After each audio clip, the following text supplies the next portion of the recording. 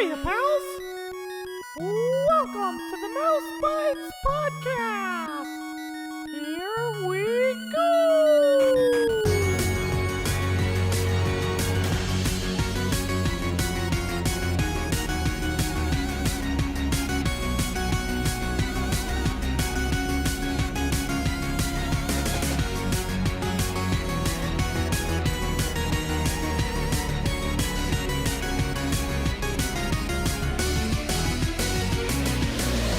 Hello and welcome to Mouse Bytes, the show all about Disney video games, past and present. This is episode 22, and I'm your host, Jeff, and I'm joined, as always, by Clay. How you doing, buddy? Good. How you doing? Doing great. Nice. Yeah, this weekend I got to do something I've wanted to do for years, and I got to go to Halloween Town. What? The actual filming location from the old Disney Channel original movie. That's awesome. But it's like about 45 minutes north of where I live, and they do these kind of like weekend festivities there every October, and finally got the chance to do it, so I'm pumped. It was an exciting weekend. Yeah, I saw some pictures of it online. They looked really cool. I was actually pretty jealous, and I've actually never seen that movie, but I was still jealous, which is pretty telling, I would say. I feel like the movie, even if people haven't seen it, it's pretty well known, and like Debbie Reynolds like talks about it being one of her favorite roles, and she's a legend. So like, yeah. it was interesting. Like the composer for it is Mark Mothersbaugh, the guy who did Rugrats and stuff that we knew growing up, The Sims 2, and then went on to do like the Lego Movie and stuff like that. So nice. Yeah, I need to watch that one because I love Halloween movies, and my wife always talks about Halloween Town, and for whatever reason, I just never saw it. I don't know if my parents were like not a fan of it or what. Yeah. But that one and Hocus Pocus, I never really watched growing up. No, really. I know. Okay. It's unfortunate. I plan to watch Hocus Pocus this year. We got it on DVD, but for some reason I never watched it. But just seeing pictures of you guys being there, I was super jealous because it looked really cool. So yeah. A little hokey, but it's an original Disney Channel movie. But if you get past that, it's fun, it's cute, whatever. But it's funny you mentioned that because I watched a Disney Channel original movie not that long ago. A little movie called Brink. Yeah, I rewatched that recently as well. Dude, it's so weird. I loved that movie as a kid, but it's pretty bad. I was like, oh, dude, this is gonna be so cool. And then, like, as soon as it started, I was like, oh no, yeah, this is gonna be Smart so House cheesy. recently too, and it was the same. It was like exactly the same. But speaking of October and things that came out in October or opened in October, a little theme park in Orlando, Florida called the Magic Kingdom in Walt Disney World opened on October 1st back in 1971. And so to celebrate that, we decided to cover a game called Adventures in the Magic Kingdom for the NES.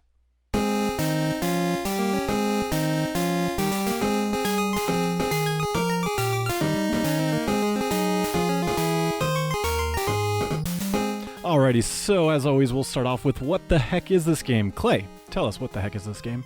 Alright, so if you're not familiar with this game, this is an 8-bit game that released where you play as a human character who walks around Disney World Park, Magic Kingdom.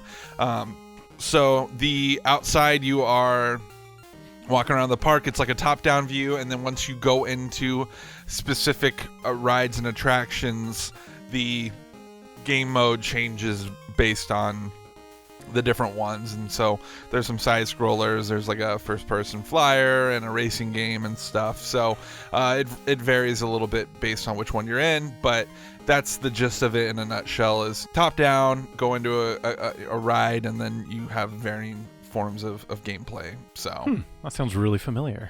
Yeah, it sounds like something else we've reviewed as of recent. Yeah. Disneyland Adventures, for anyone who didn't get that. Oh, that's what you were talking about. I thought you were talking about Ratatouille. Oh, right. Yeah, it's close. Yeah. I don't know. Would you like me to tell some more information about this game? Yeah, please do. So, this game was developed by Capcom. This was still in the glory days of Capcom and Disney working together. This game released in the United States June of 1990. Don't have a specific date. Other than that, it released solely on the NES. It didn't ever come to any other console. Another thing I wanted to note, this game was released in 5 different regions, including the British Isles, North America, France, Scandinavia, and Australia, using 3 different retail covers. They're relatively similar, but just a little bit different. But one thing I noticed, and I guess I didn't really come up with an answer as to why, but this game never released in Japan, which I thought was strange, especially since Japan has had its own Disney theme park since 1983.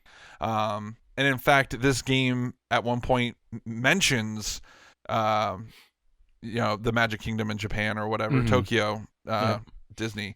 And so I thought that was weird that Capcom, a Japanese company, never released it in Japan when they had their own park. I just thought that was weird. I didn't know if you had any thoughts as to maybe why, but then like other places like Australia and Scandinavia got it, and I'm pretty sure they don't have Disney parks. So yeah, I honestly do not know, and I had the same thought. I was like, as I was researching it a little bit, I couldn't for the life of me figure out why they wouldn't have released a version in Japan, considering it was Japanese developed. More often than not, the games, it doesn't have a ton of text, but it does have a lot of English text, and so you would have thought that would have been translated or whatever from a Japanese version or something, but no, it was all at least I would guess primarily English and then translated into like French. Scandinavia encompasses what, like Norway and I have no idea. Countries like that, Northern Europe, I think, but probably. Pardon our ignorance. But yeah, it's a very odd omission. Like you said, they had a Disney park already. Obviously, they had this not long-standing, but for the age of video games, like a pretty decent repertoire already with Japanese games releasing under the Capcom Nintendo partnership. So it was really odd that it didn't get a Japanese release. It seems like this is a game that would appeal to a Japanese audience. Totally. So who knows? I would love to find out more about that. If we ever do figure it out, we'll let you all know. Yeah, I'll have to call up Capcom and ask them. I'm sure they'll tell me. Yep. So next we'll jump into the history of the game as to if we have any nostalgia with it. I'll just start this one off. I have never played it until this episode, and I was pleasantly surprised by it. I enjoyed it. It's on the shorter side of things, but what's in there is quality. Not without its imperfections or lack of depth, but for what it is, it's an enjoyable little game, and I think it would be great for kids, maybe on the older end, maybe 10 plus as far as difficulty, but parents and kids could play it together and see some Disney stuff. I think it would have been enjoyable back in the early 90s for myself. How about you? Did you have any history with this one? I don't think we had this game as a kid. We had a lot of NES games when I was younger, but I don't remember having this one. And so this probably wasn't a game I played until later on. I think just the fact that it starts with the word adventures, so it puts it kind of in the A category. Maybe that would be why I kind of came across it, because when I was in college playing, ROMs, I would, start at the top and scroll my way down and see that one. Totally. I don't know, something about the whole premise of exploring the park maybe always kind of made me assume that it was going to be a lackluster game. And so I think I just initially, my first impression was I kind of wrote it off and was like, this isn't going to be good. It's just walking around. And so it wasn't until later that I actually put some time into it and got into some of the side-scrolling levels that I think I really realized, like, oh, this actually is better than I thought it would be, and had a lot more potential than I probably gave it credit for. So I had played this game prior to us reviewing it here. I've never beat this game, but I have spent a good amount of time with it and know it relatively well, I guess.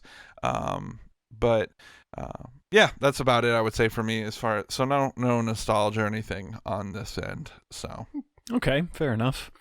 With that, we'll head on into our gameplay discussion as we do each and every episode.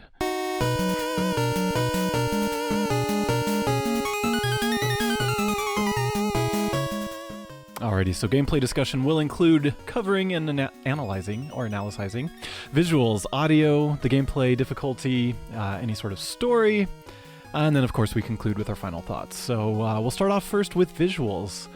As we've mentioned earlier in the episode, it is an 8-bit game, so the visuals are, as such, not a hugely wide color palette or photorealistic representation of the Magic Kingdom, but overall I was not...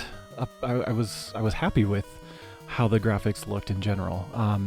There's some sort of story element at the very beginning and larger character images in still scenes or mildly animated scenes where maybe they turn their head from side to side. Those all look pretty good, similar to some other Capcom large Mickey and Goofy and Donald sprites that we've seen.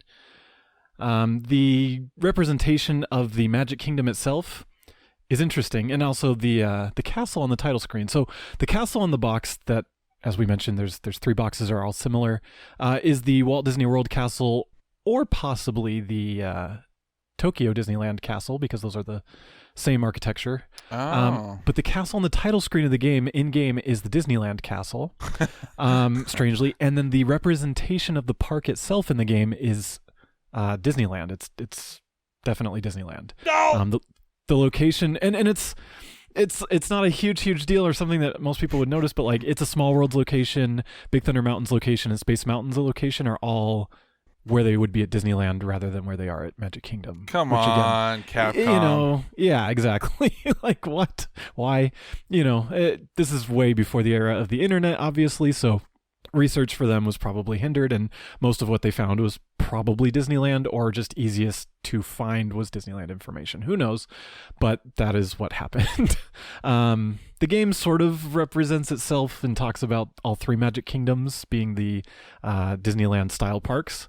At the release of this game, Disneyland Paris had not even opened yet, so it really was just 3 theme parks in Florida, because Hollywood Studios had just opened, but just the one in Japan, the one in Disneyland, and then the 3 in Florida.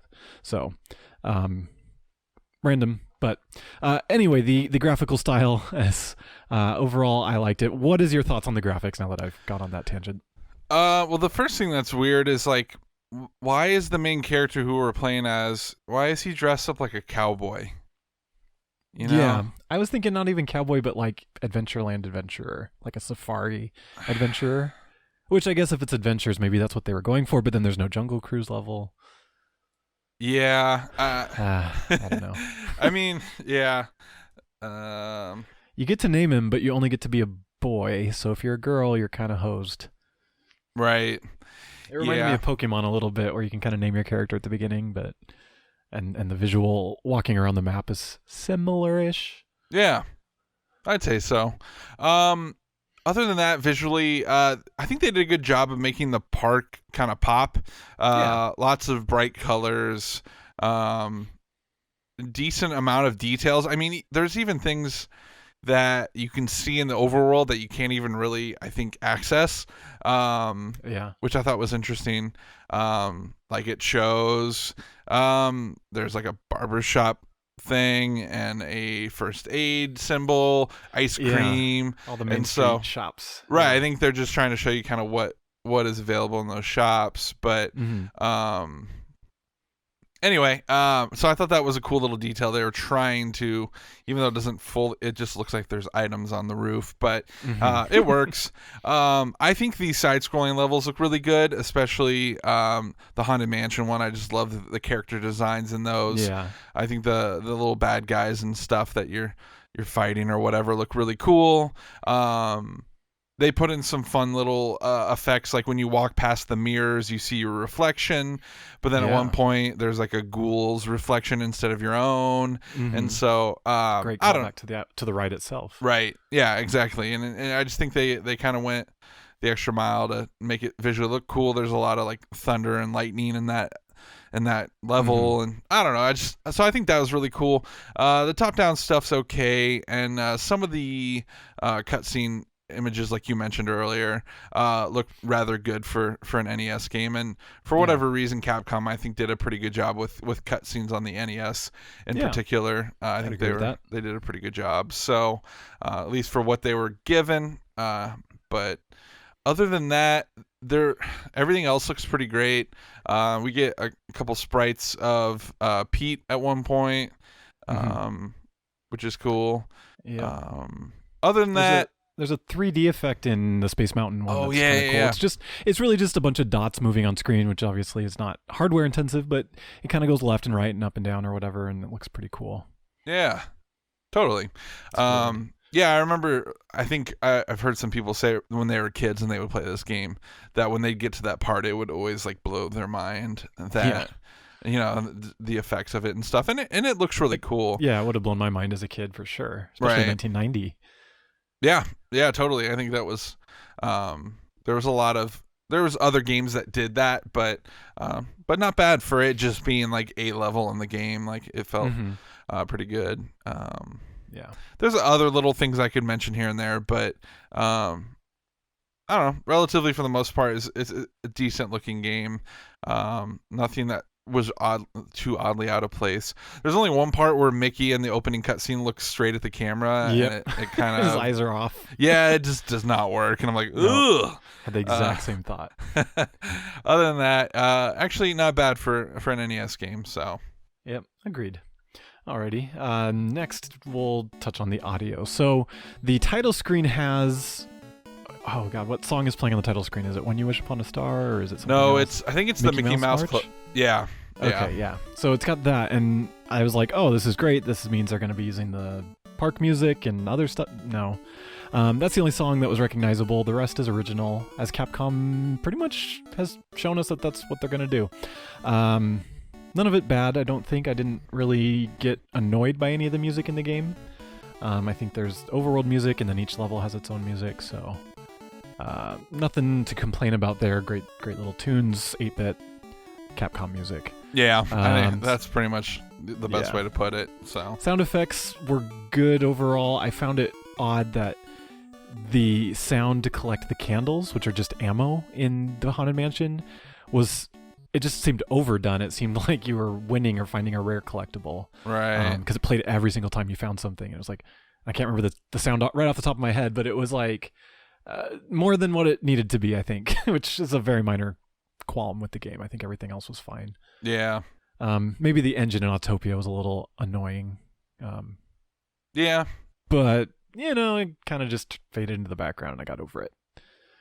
Yeah, and NES games are kind of notorious for like having sound effects when you attack or jump, and after a while, you have the brain capacity to like block it out, or it just drives you nuts the entire time. So yeah, pretty much that. And I didn't get to do the wife test on this one. I didn't play it with her around, so I'm not sure. It's always been a good measuring stick for both of us, but I only played it with headphones on an emulator, so.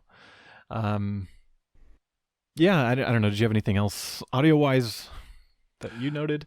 No, I think the opening song was really good. That was that was the only one that really... It's definitely the highlight. Yeah, and because it's familiar to us. Exactly. The Haunted Mansion song is spooky.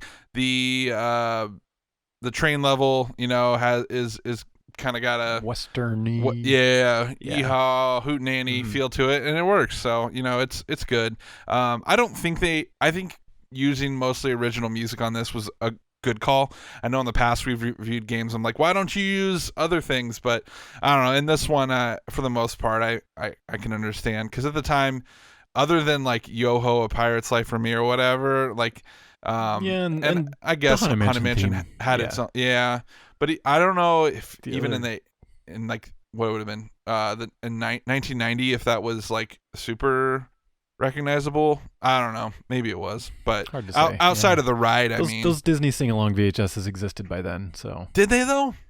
I think. I watched them in the 90s, but I don't know. Yeah, I had the Grim Grinning Ghost one really close to this. It might have been like 93. Okay. So maybe not. See, because that's where my head goes too, is that exact version. And I'm like, if it wasn't for that, I wouldn't really know it that well, because I've only ridden the ride, once every 3 or 4 years. But yeah, it does depend on your level of park geekiness, Right, totally. Like hardcore park fans obviously know all that music very well, but yeah, you're right. A casual Disney fan who maybe had been to the parks once but mostly just seen the movies may not have known them. So that's true. That's very, very interesting observation, because for me it's like I knew them well, but for you it's not such a big missing piece. Right. So fair enough. Alrighty, I think we can move into gameplay and difficulty. Do you want to kick us off with that? Yeah, so I can kind of try to explain, I guess, the overall objective here. Basically, the player must complete 5 different stages modeled after the rides in Disney parks, as well as a trivia quest in order to retrieve the set of keys. The player chooses which stage to play.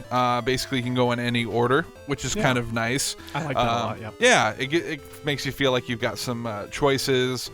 There isn't really one right, like, it's not like Mega Man where there's like a optimal path. Yeah. Right, exactly. It's just however you want to do it.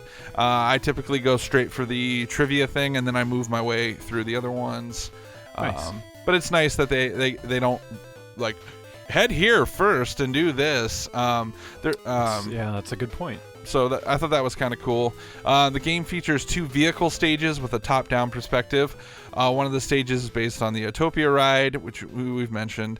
It's a driving game where you must avoid various obstacles in a race against a villainous Panhandle Pete.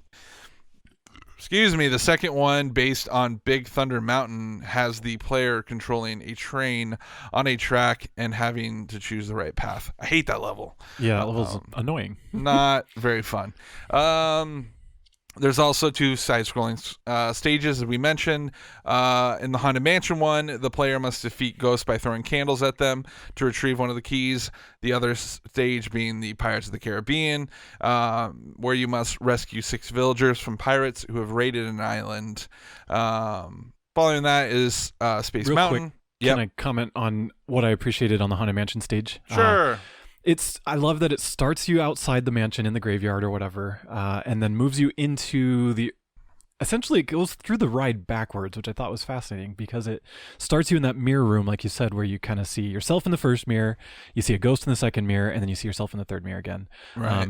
One thing to note when you're out in the graveyard at the beginning, you're following this ghost that just kind of scrolls from left to right, and you follow him into the mansion. So it doesn't quite go so far as to setting up any sort of story, but you essentially follow him into the mansion, and then you actually fight him as the final boss. And I thought that was really cool to kind of show him at the beginning. He disappears, you play through the level, and then you fight him as a boss at the end. I thought that was clever. Yeah, and it's funny because you can throw candles at him, and he makes a sound, but you can't kill him at the beginning.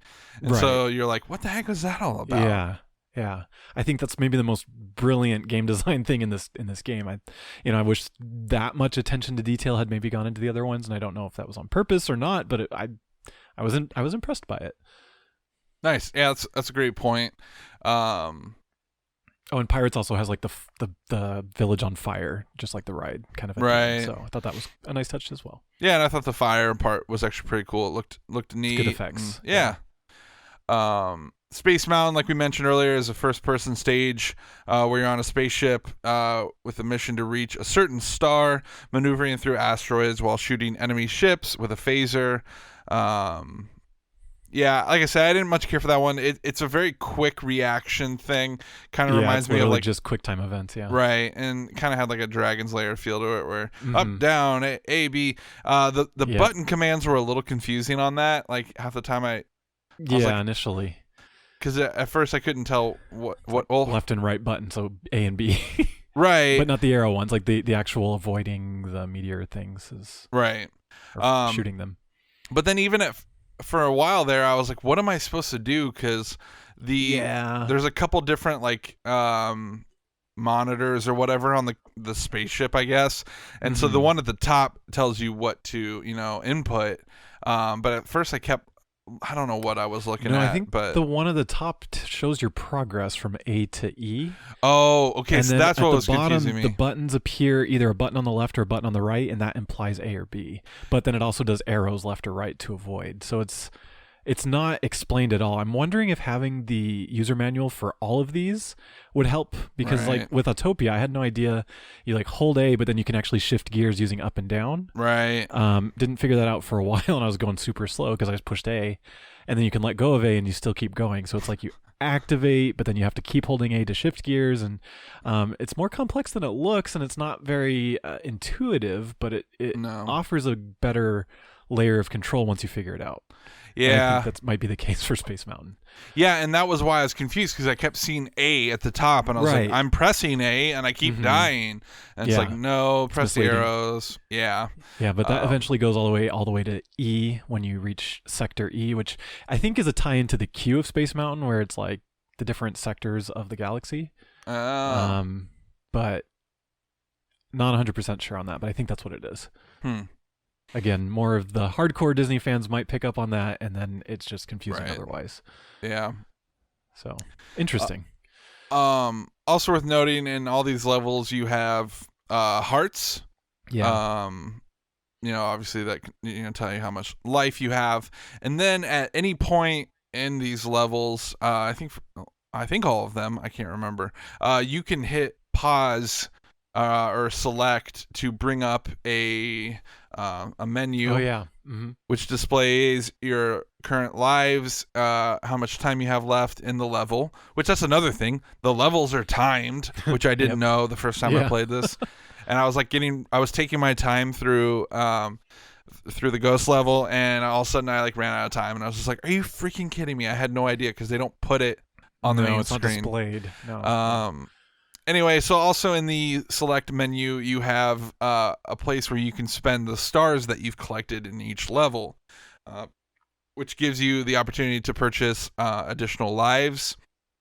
You can become invincible, you can freeze enemies, or you can get a 1-up. So by life up, I mean you get additional hearts. Hit points. Hit points, yeah. I really like that design. I think that's an interesting thing that I don't recall other games ever doing at the time. Not sure.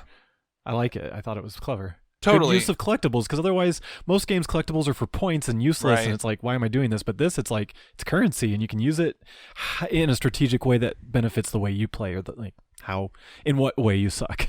Well, yeah, and I know certain levels probably are more generous with how many stars you get, so there could be an optimal route if That's you knew. True, yeah. I go to this level first because it gives me a bunch of stars up front so that I can purchase, additional whatever. So literally at any point you could be down to 1 heart. You can hit select, bring up the menu, buy 2 more hearts, and then unpause it and have full health. And so that wasn't something I originally knew about the game when I played through it. I didn't realize it, because you just press start and it just pauses the game.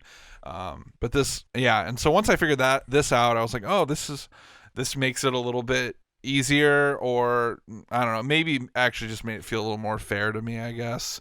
Yeah, it's another thing where I think I would bet money that having the manual for this game makes it definitely 10 times better. But I totally agree. Anyway, I kind of raced through, kind of went through some of those rides really quickly, so I didn't know if you had any other comments on the car one or the train one. I already kind of mentioned I didn't really much care for the train one kind of is just becomes trial and error, and you can speed up and slow down and avoid rocks, and you can take the wrong path. It just tells you at the beginning, get to station 4, and you don't really know what that means. I feel like it's maybe the least developed one. The Autopia one is pretty good and forgiving. Like, the car's at the bottom of the screen, so you have enough reaction time to see what's coming. This seemed like there was enough it was generous enough with time that you can mess up, get bumped, run into walls. One thing I didn't like is that you come to a dead stop when you hit a wall. That's a little annoying. And then there's one part where there's an extending bridge, and if you don't know right away, you just drive off and die. Yeah, you have to stop and wait for it. What? But once you figure that stuff out, it's not too bad, and it's pretty, you don't have to beat the other cars. They're kind of just obstacles. As long as you finish before the timer runs out, you'll win. So there's things like that where there's a little bit of trial and error or figuring out stuff, but I felt like the jumps, for example, in Autopia, there's some parts where you're jumping over danger things where if you miss the platform, you die, but it gives you enough time to react. You don't ever feel like it was unfair with this platform. I just didn't know it was coming, and I had to memorize it. You don't feel that. I felt like a little bit more you need to memorize it in the Big Thunder Mountain one, but right. And then again, the controls are not well explained in the Space Mountain one, so if you don't figure that out right away, it's frustrating. Like you said, you think you need to just push A, and half the time it'll work, and half the time it won't, and that's because it's at the bottom of the screen. It's showing left button, right button. to shoot your lasers or whatever. Yeah. So little things like that are not well explained. The game doesn't give you much direction. And certain levels, like, or in the overworld map, it looks like It's a Small World would be a level because it has an entrance, but you can't go into it. Yeah. Stuff like that. So a little bit of confusion there, because I think that's one of the few ride buildings that is on the map that isn't a level. I think the rest of them are actually all levels. Like, I don't think there's rides on there that aren't levels. So random and odd, but I don't know. Yeah, in general, other than that, I think we pretty much covered it just in my commentary and your explanations. So what about that last objective that we talked about? So the last one is the trivia game, which is available to play at any time. Several children around the park ask the player questions about Disney films and characters, and parks, I guess, as well. If these are answered correctly, the children will reveal the location of the final silver key, which has been taken by Pluto. And so you do some fetch questing back and forth to different characters. And I know you got a lot of thoughts on this one, Jeff. I guess the only thing I want to say before I hand it over to you is I don't know. It's a cool mechanic. I like it. I think trivia is cool. It's definitely dated. There's a lot of stuff they ask now that maybe was more known back then, but maybe not so much now. Maybe, but maybe not. Yeah. Yeah. Even then, it still feels a little. But the thing that always threw me off is when you got a question right, it would go bang bang, and I was just like, to me that sounds like womp womp, and I'm like, did I get it right? Like, that sound does not sound like you got it to me. I don't know. And so I was always like, is that the good sound or the bad sound? So I thought that was it didn't seem like it fully was clear. But other than that, I don't know. I like this part. I was actually surprised at how many questions there are. Jeff, what did you think of this trivia? Yeah, I share most of those sentiments. I thought it was really cool. I thought it was clever. The questions that are in there are worded well and not too ambiguous. There, like you said, there's some stuff that it's like, I don't know how anyone would know that. Even in, the 90s, it's like there's questions about stuff from the 50s that it's like in the 90s there wasn't really, obviously no YouTube in history, but it's like, I don't know how anybody would have known because there wasn't even reruns of that stuff at the time. There wasn't the Disney Channel Vault Disney and stuff like that. Right. That kind of came later 90s. So it's like, where was Davy Crockett born? Like, if you don't know that song or didn't watch it back when it was more popular and maybe in the 50s and 60s, I don't know that many kids in the 90s would have ever known that. Right. Per se. Or like, what was the ranch in the Mickey Mouse Club called? It's like, don't know anybody would know that one either. So, it's hit or miss. There's a lot of random stuff. Like Donald's middle name. Nobody would have known that in 1990. Yeah. I was taught it at some point in my Disney parks training, because it was mentioned probably sometime in the 30s, but like nobody would know that. Yeah, exactly. Thankfully, there were at least multiple choice. I think there was like three options choices per. And so that helped a little bit, but even still, I would get some wrong. But luckily, it's not too like punishing. If you get it wrong, you just walk away and then turn right back around, come back, and they ask you a different one. And there's a nice big amount of them that you could play through this game many times and still continue to get asked. I appreciate that a questions. lot. Yeah. That you can't just memorize them all and just speed run it. Like, you just need to learn it. In fact, interesting. I found a list of all of the questions online. Oh boy. And instead of making Jeff answer all of them, I just picked a few of them. Okay. Some I think you'll get, and maybe some you won't get. Okay. And so no pressure. I'm not giving you the multiple choice because it didn't have it. It just gave me the answers. So, yeah. All right. So I'm gonna run through a couple of these, see how well Jeff does, and then we'll finish up the show here. First one. What year did Disneyland first open? 1955. Bingo. What year did the Mickey Mouse comic begin? Oh man. I'm going to say that would have been 1930. Nailed it, dude. Dang. Nice. Okay, that was a guess. That was a shot in the dark. That was great. What was the first Mickey Mouse cartoon ever created?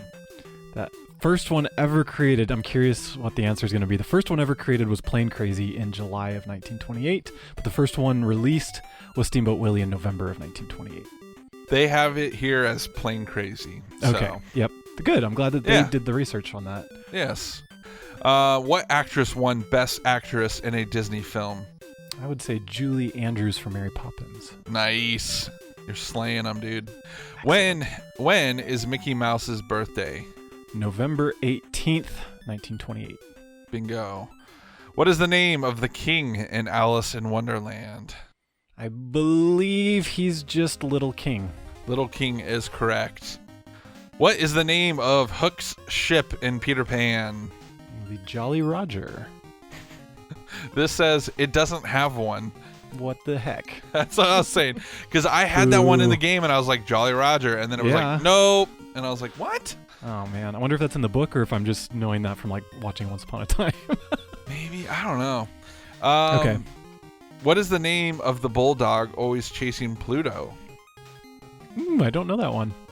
His name is Butch. Dang. Okay. You were doing good. Sounds familiar. Yeah. But yeah, now I'm missing 2 in a row. That's bad. That's okay.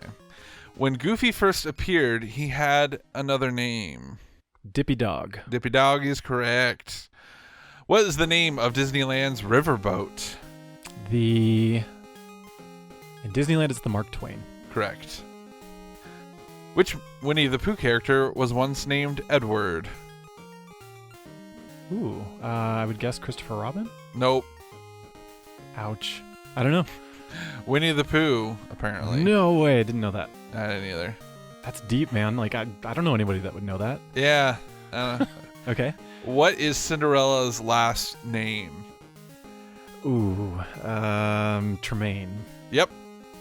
And then the last one I have. What was the first Academy Award-winning cartoon? I assume from Disney. Flowers and Trees. Winna winna, chicken dinner. Nice. You did pretty good, dude. Thank you. That was impressive. fun. Those are hard, man. Like I don't expect many people to know most of those, and I don't say that like to be arrogant or cocky. It's like I know them because I'm obsessed, and I worked in the parks and learned some of them just by happenstance. So I don't know that many people would know most of those. Right. Yeah.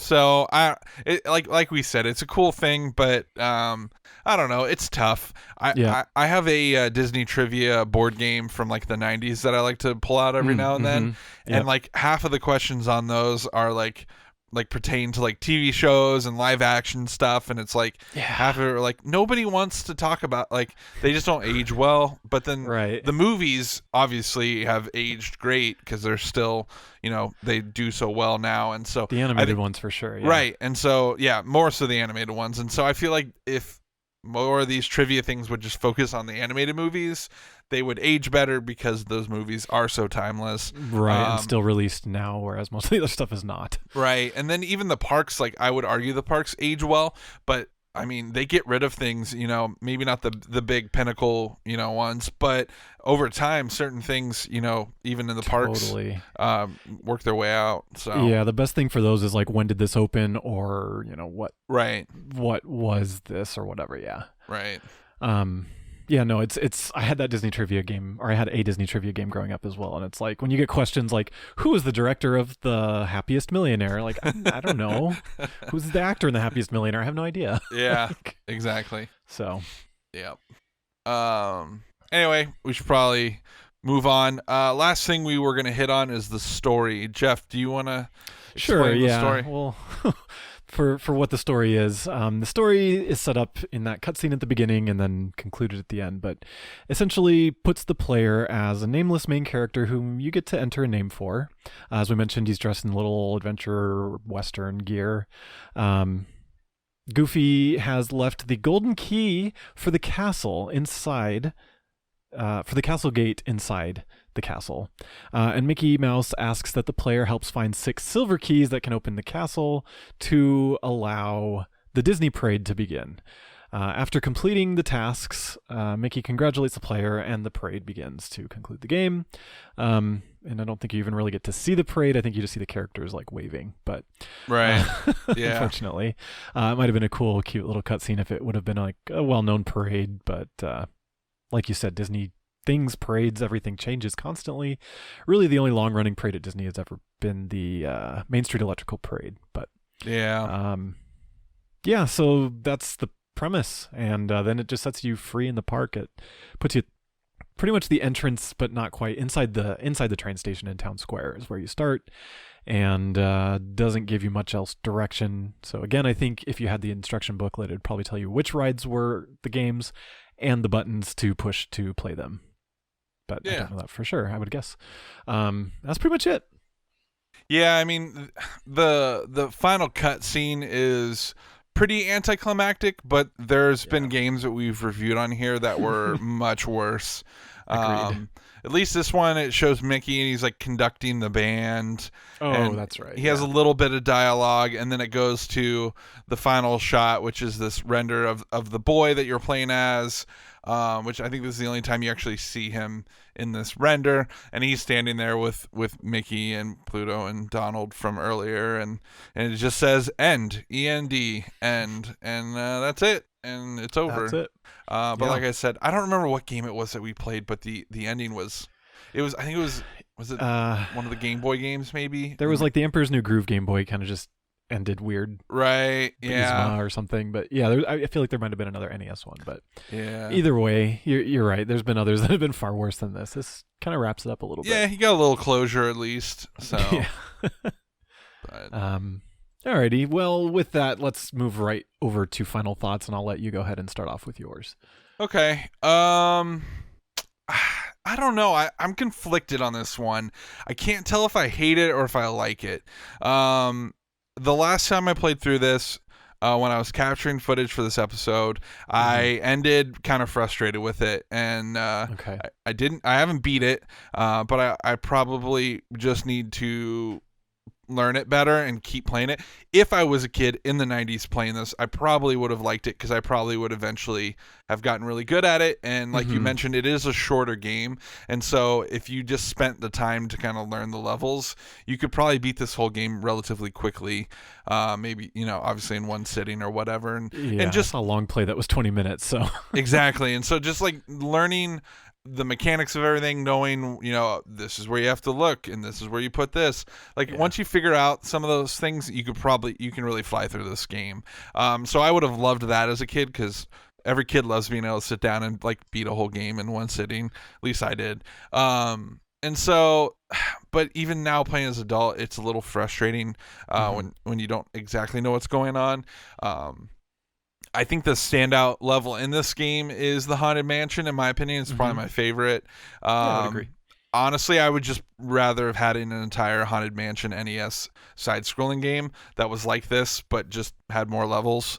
At that point, like it would be like a kid's version of like Ghouls and Ghosts or whatever that game's called, where you're going through, maybe not as punishing. But I also just really like that that style, or just do more of the side-scrolling levels and just have it like, level 1 you're going through the pirates, and then the next one you're in this, and I don't know. I think that is the standout mechanic. I think the jumping mechanic on it works really well. Granted, I'm a big platformer fan, so I just kind of prefer platformers in general.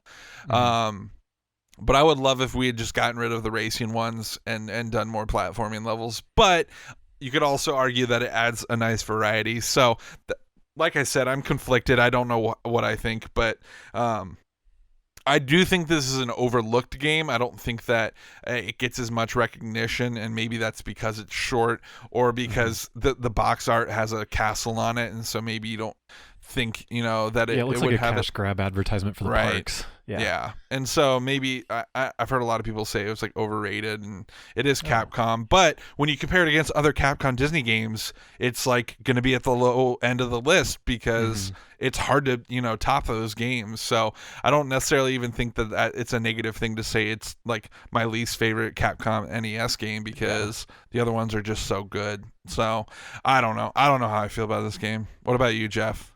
Interesting. No, you brought up some great points about it. I really enjoyed it for what it was. Like, obviously not having any sort of nostalgia for it. I just looked at it purely objectively, which I'm not saying that you didn't. It's just that I had literally no knowledge of it at all. So I didn't know what to expect from it. And I was pleased that it reminded me so much of Disneyland Adventures, which I played first.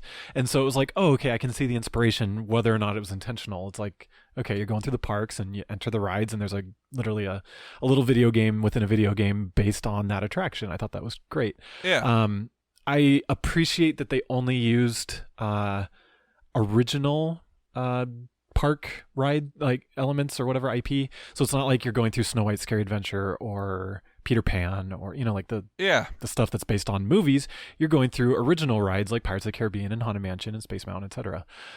So I appreciate that they did that and stuck with just the parks to kind of focus more on the parks. Yeah, that's a good point. I'd love to know kind of where this came from, whose idea it was and why, whether it was pitched from Disney as a marketing thing and maybe that's why it was only released in Americas. Because Tokyo Disneyland is a third-party owned park, it's not their marketing and all that is not overseen by the Walt Disney Company per se. It's a franchise. Yeah. Okay. So maybe that's even better explanation as to why it exists and why it wasn't released in Japan. Who knows? Totally. Yeah. That just popped in my head literally as I was saying this. I didn't even prepare that, but nice. Who knows? Maybe it was that.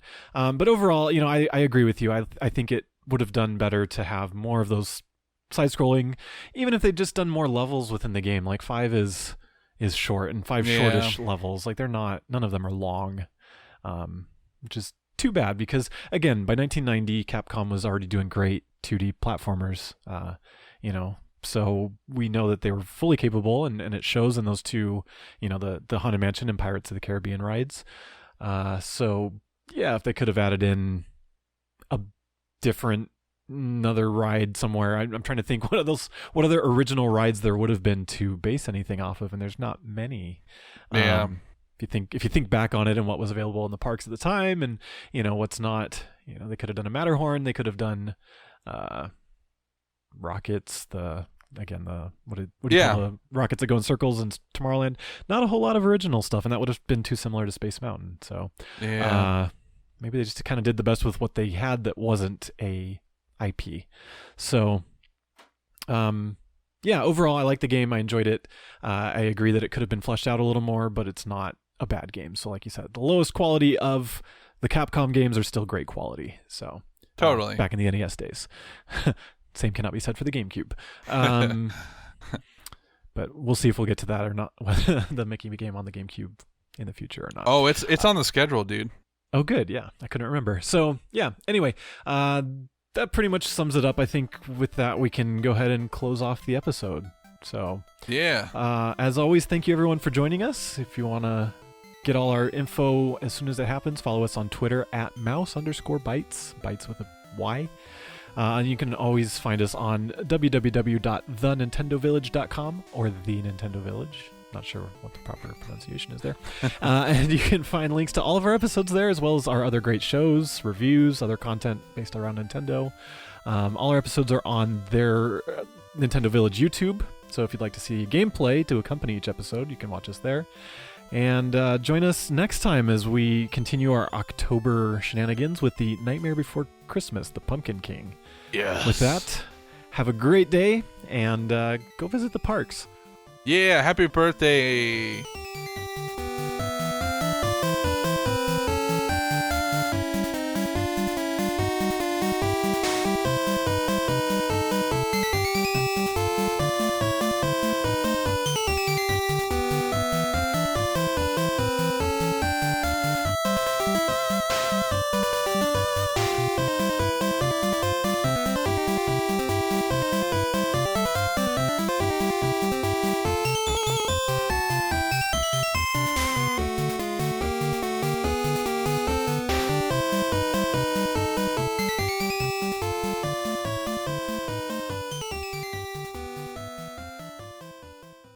Thank you so much for watching. Be sure to subscribe, check out some of our other videos, and visit thenintendovillage.com, your home for everything Nintendo.